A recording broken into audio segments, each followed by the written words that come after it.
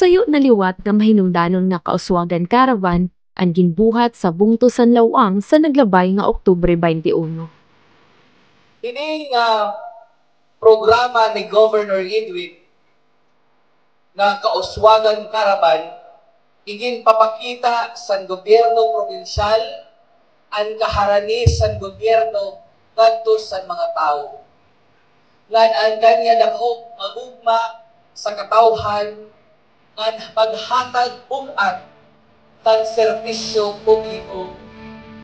Nakakuha po ako sa Milko Ilaw at school supply tapos grocery po. Salamat po sa ginhatag ko sa mga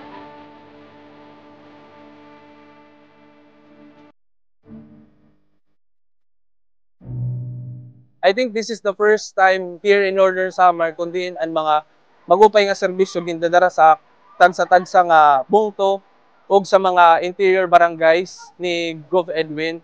And then ang una nga nakatagamtam sini ang mga tuminulungsan sito ng mga barangay.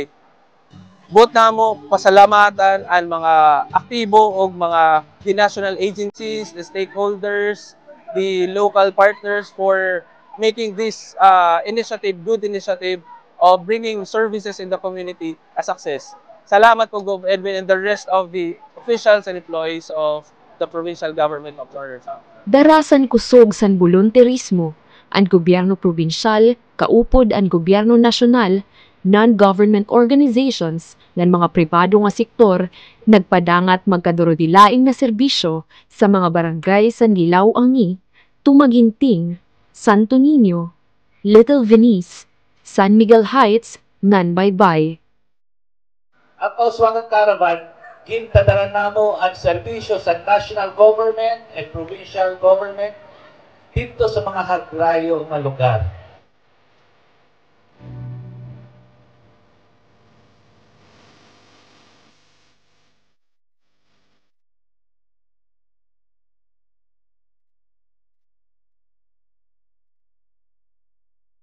Pinaagi sa ika-30 nga kauswagan caravan, maabot 3,000 nga mga households ang nakakarawat sin libre nga serbisyo, medical check-up, legal consultation, farm and planting tools, food packs, ngan iba pa nga mga pangunahon nga panginahanglanon. Sa padayon nga pagburubligay sa gobyerno probinsyal ng mga kaupod sa padayon nga kauswagan, ang kauswagan caravan magpapadayon liwat sa pagdarasan mga serbisyo sa gobyerno ngadto sa mga barangay labi na adto nahimumutang sa mga hagrayo nga lugar.